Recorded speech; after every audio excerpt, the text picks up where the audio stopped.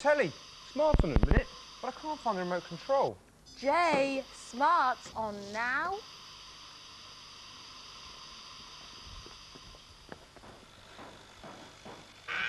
Right, pay attention. We need to test your knowledge of art to see if you're an expert in your field. Oh, how tiring. Shut up! No conferring. Now, who painted the Sistine Chapel? Oh, I did that. Very hard work it was too. Have you gone completely berserk? The answer is Michelangelo. Oh, he only helped with the ceiling. I had to do the skirting boards. Be quiet. Now, which artist in a moment of madness cut his own ear off? Oh, Edward Scissorhands? Right, that's it. I'm stopping the test. You is too stupid for words. Oh, thank goodness for that. Now let's relax over a nice lick of paint. Oh, very smart indeed.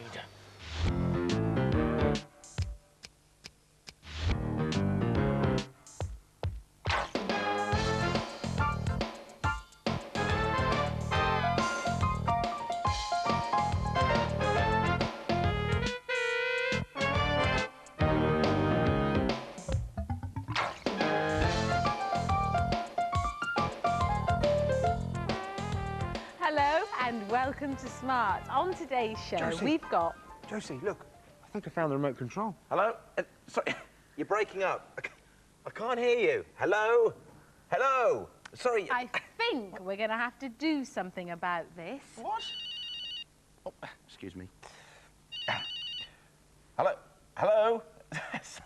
Sorry, I can't hear you. Josie's just taken my phone. So, how can we stop this from getting into the wrong hands? Well, how about making one of these handy holders? I'll show you how. First thing you're going to need is an old glove, and we're going to fill out the fingers and thumb using pipe cleaners and cotton wool. So, fold down the wrist of the glove so that you can easily access the finger of the glove. There we go. And thread through a pipe cleaner, making sure it gets to the tip of the finger, and then take a ball of cotton wool and flesh it out. Now you're going to have to use your thumb to really push the cotton wool down to give it that oh so realistic effect. There we are. Now I'll show you one more time what I did because I've still the thumb to do. So find the opening for the thumb, and there it is. In with the pipe cleaner, right to the tip, and then a ball of cotton wool to stuff out the thumb. There we go. Now, with the ends of the pipe cleaners, once you've done all of your fingers and your thumb, I'll show you what I'm doing. I'm just bending it down and twisting it out of the way, twisting them all round together so that it's nice and safe. Then we can get on and stuff the palm, again using an enormous ball of cotton wool. So in that goes, and there we have it. A fully fleshed out hand. Now we need to make the hand stand up, and how I'm doing that is I'm using this weighted down jar which I've filled with stones to give it a bit of weight. Then pop the glove over the top like that, make sure you pull it right down, and there you are, a standing hand, or a handstand if you like. Right, to make it look realistic it will need fingernails, so I'm using some old false nails. On they go. Now I've decided that this hand is my Peggy Mitchell from EastEnders hand, so I'm going to make it glamorous like she is. So on goes the red fingernails, like that. And she's going to need some jewellery. First up, put a nice big bangle, stretch it out a bit, pop it in there. That looks flash. Now you might not have any old jewellery at home that you've gotten from Christmas crackers or whatever, so look what I've done with this one. I've made this ring using a strip of foil, coiled it around and popped some beads on. There we go. And I think I'll put it on this finger. Once you've done that, you need to flatten out the palm so it's ready to hold that remote control. So just really press on it, curl over the fingers. There we are. Like that. Now you might not want to make a Peggy Mitchell hand for watching those soap operas. You might want to make this rather glamorous golden hand all ready for watching an award ceremony. Or how about this one? This will be good for a wildlife show or perhaps a scary movie. Well, this one seems to be done. Now I know that my remote control will always be in safe hands. Over on Smart 1, we look to the skies with Ray Drawbridge. But here on Smart 2, it's time to return to Garth Kensip at the World Indoor Paint Drying Championships. Yes, remarkable scenes here. You join us at a very tense moment as the top two gladiators from the paint drying world meet for the very first time.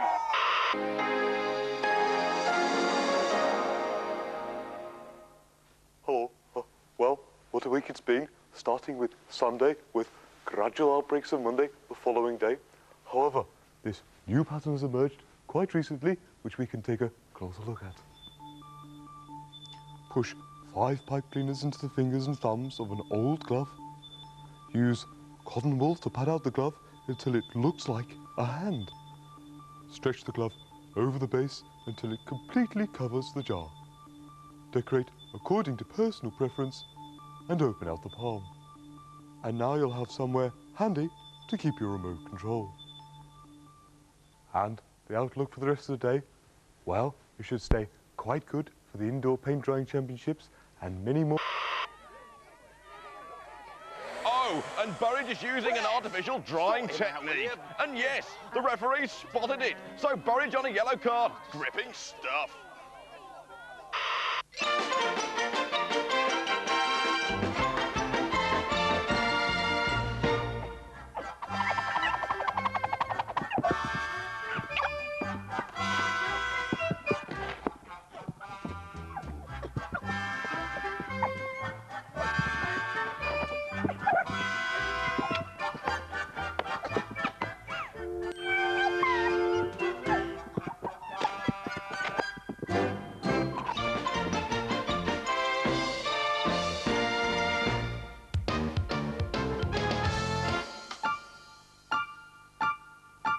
Now, Rachel Brooks from London is suffering for her art. She's at great pains to find out how to draw teddy bears. Well, Rachel, suffer no longer. I'll show you. All you have to do is draw a teddy skeleton, like I've done here, this cluster of circles. And then fill in the outline with this nice spiky texture, which you're using as its fur. Now, you may have seen this technique that Jay used to draw Otis. You just go all the way around this outline of circles. Nice little tufty mane. And then all you have to do is give a very simple, cartoony face with a muzzle. Add a bit of detail. A nice plump tummy, and there you have your teddy bear. How do you draw an ear? Asks Emily Sharp from Surrey. Well, if you look at the ears, no two are the same. For instance, Josie's and Mark's. Now, if you're translating this into shapes, I would do it in a series of circles, one bigger and one smaller, a bit like Mark's teddy bear. And then, with another pen, I would go over the top of that shape, and that should give you an accurate kind of shape of the ear. Now, the inner ear is the tricky bit. On some, they go like this. They kind of curl all the way around like that, or they might go round, a bit shorter here, a bigger part there, and kind of come round like that. It all depends on the ear. On the smartphone now is Alice Buick from Cardigan. Hello, Alice. Hello, Josie. Now, I hear you have an art problem. Tell us what it is. How do you draw ripples on water? Has that been causing you problems? Yeah. I think Mark has the solution. Yes, I think I have the solution to your watery problem. All you have to do, Alice, is make sure you're using blue paper, and then start by using 2 colours, like I've done here, and then begin by doing, if you like, a spiral, or these sort of concentric circles, getting bigger and bigger. Just add a few extra little ripplets there, and that's the answer to your problem. How was that, Alice? Fine, thanks. Thank you for your question. Bye-bye. Bye. So, if you're angry with your art or you have a smart tip to share, make sure you let us know.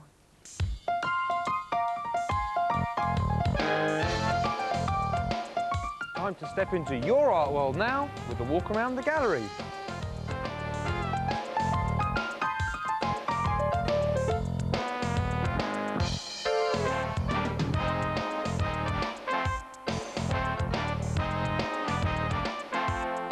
Now, Alice Verre has sent in this lovely pencil sketch. I especially like the way she's made this tower look curved.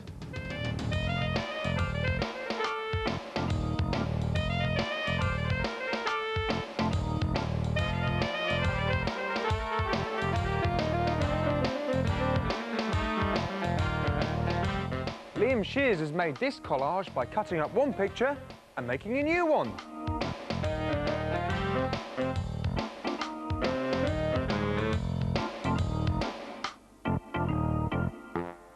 Ta-da! Rohit Gohil has done this excellent sunset. It's hot out here.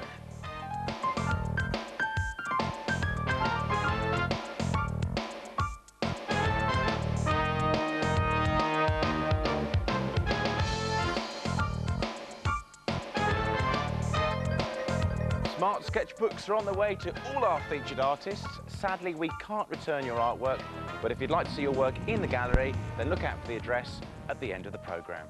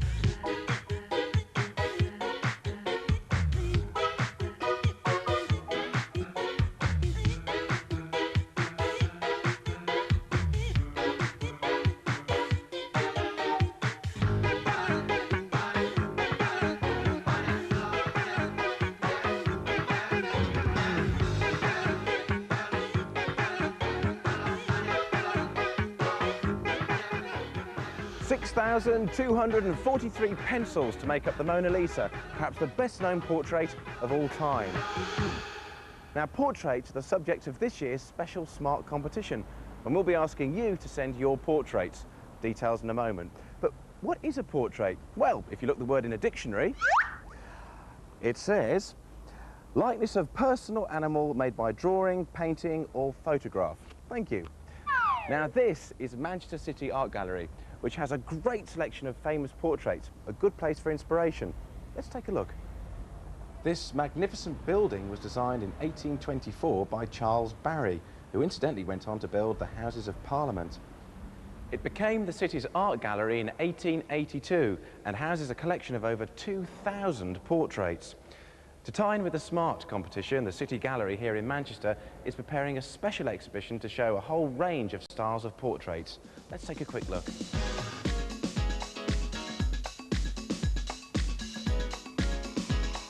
Whoa, not that quick. Ugh. Now, let's see it again. Portraits can not only show a person, but their hobbies too. The girl in this picture obviously enjoys reading. You can say so much about a person from their facial expressions. This little boy has red rosy cheeks from playing outside with a spinning top that he's holding. You can include more than one person. Here's a group of 4 sisters collecting autumn leaves. A woman in a romantic setting. Perhaps she's been painted as she'd like to be seen. Fancy an orange? You don't have to paint a portrait of someone sitting in front of you. This is an example of a famous person painted in a very abstract and zany way. As well as the pictures already on display, down here in the basement, there are all sorts of other things to use. Each one of these enormous storage racks contains many priceless paintings, like this painting of Peter C by David Hockney. But apart from traditional paintings, the exhibition will also include these. We see them every day: posters, postcards, stickers and magazines. Now, none of these should be taken for granted, as they're all excellent examples of portrait. By the time you watch this film, the special exhibition here at the Manchester City Art Gallery will be completed. It's open every day and admission is free. There's one area though that's been set aside for our smart competition, where the winners will have their work on public display. Now it's a great prize, so let me help you get started. As you can see here, I've drawn an egg shape. So let's use this centre line for the nose, the top line for the eyes, and the bottom line for the mouth. Now if you remember that the creases of the mouth should always be in line with the eyeballs. Now I'm drawing a man, so another tip for you is to make sure that the eyebrows sit very closely to the eyeballs. The neck should be thicker and the jaw should be squarer. The top of the ears should be level with the eyes and the bottom with the bottom of the nose. If you want to look at a head in more sort of three-dimensional terms, get yourself an orange and simply draw a face in the centre of it. Now, by turning it up and lifting it down, you'll see how the head elongates and foreshortens. And the beauty about having an orange, it's a rather tasty treat for your art box. Now, those all-important rules. All entries need to be on A3 size paper like this. It doesn't have to be a portrait of yourself. It could be of a friend or a famous person. It can be in whatever materials you like, or even a photograph. But when you're completely happy, send it to Smart, PO Box 5053, London W12 6AW. The closing date is Wednesday, November the 19th. That gives you just under 4 weeks to produce a masterpiece. So good luck. Wow, look at that. Nope, I haven't turned over a new leaf. What I've got for you is a really fun packed make for you. Look at this. Start off with a white bit of card and some leaves. And what I'm doing here is putting some acrylic paint directly onto the leaf. And what you can do with this, which is another good trick, is you can start mixing your colours directly onto that leaf. Get it covered nicely, bring it over to your card, lay it down and press it down. This is a roller I got from an art store and they're very, very cheap. Look at that. Lovely. I'll show you what happens when you use another leaf. Look at this. I'll use some of this colour. And you can mix it again directly onto the leaf. A bit of lilac in there. And let's see what happens here. Now, if you don't have a roller, you can always do this. Put a bit of scrap paper over the top. Give it a light press. And hey presto! Let's give another one there. Lovely. Let's try another leaf. Oh, this is fun. Right. Let's go for some orange on this one.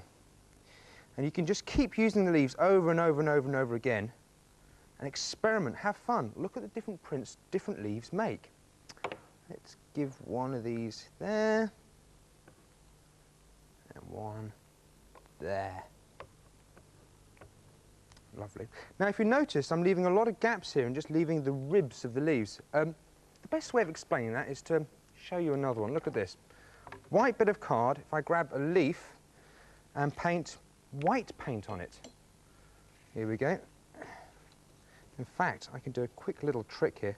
I can mix some beige and some whites together. So we get a bit of a nice mottled effect. Spread it all over the leaf. That's it. Wow. Get it all mucked in, all over those nice ribbed sections. That should do it. Nicely covered. Now bring it over to the card. Bring over our piece of paper. Put it on top. Give it a nice press down. Make sure all the edges are done. Let's have a look at what we've got here. And what we've got is a white leaf print on white paper. Now you can't really see much there, can you? Now for the next stage, the most important thing is to make sure all this paint dries. That reminds me, the other really important thing is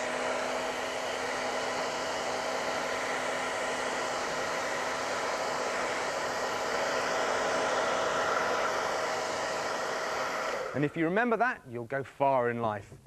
Now it's all nice and dry, I'm going to totally ruin my picture. Here I've got some black Indian ink, and this stuff is permanent. What you do is you just spread it directly over your picture. That's it, nice and loosely.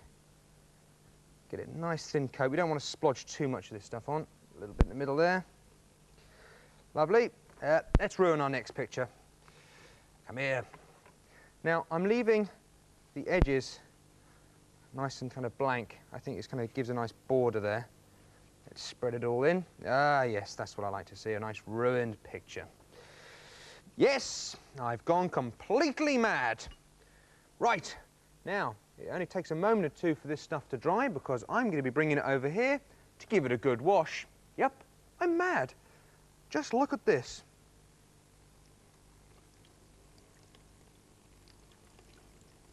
Ah, that's what you're up to, Jay, they're all crying out. You can stop halfway through if you want. Give it a little brush over like that. It helps some of the ink come off. Give it a final wash. Look at that. See what I mean about using light colours? That really has worked. Let's give this one a go. It's bath time for you. Now, the reason why this happens is the ink sticks to the paper very, very well, and it doesn't stick to the paint that well at all. So when you wash it off, it all comes off. Now let's give this one a little helping hand. The brush really helps lift the ink off the paint. And give it another bath. Look at that. What a lovely, colourful autumn scene.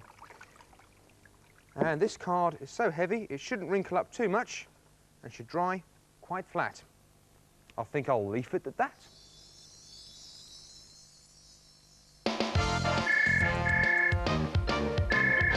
Let's face it, where else could you find such a great set of prizes? And they might put a smile on your face if you can answer this question. What's the closing date for our portrait competition? Is it A, November the 19th, B, February the 14th, or C, April the 1st? If you think you know, then phone 0891 339944. Get permission to phone first, and then you're laughing.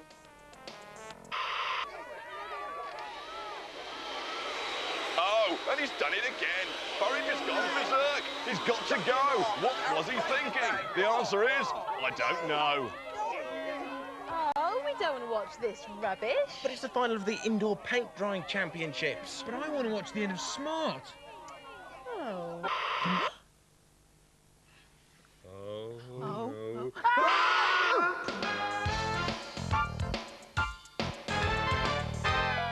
Next time you'll need PVA glue, a round margarine lid and bright acrylic paint.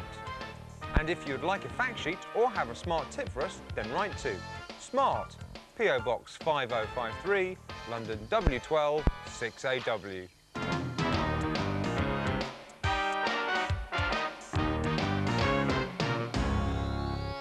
One final make for you here.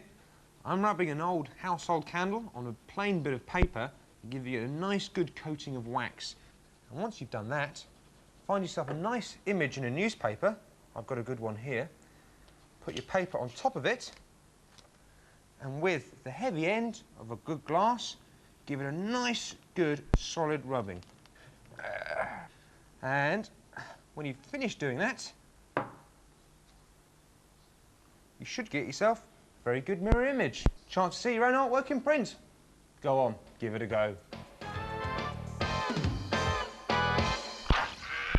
That's what we need round here. Plenty of get up and go. Oh, I'd wish you'd get up and go. Shut up!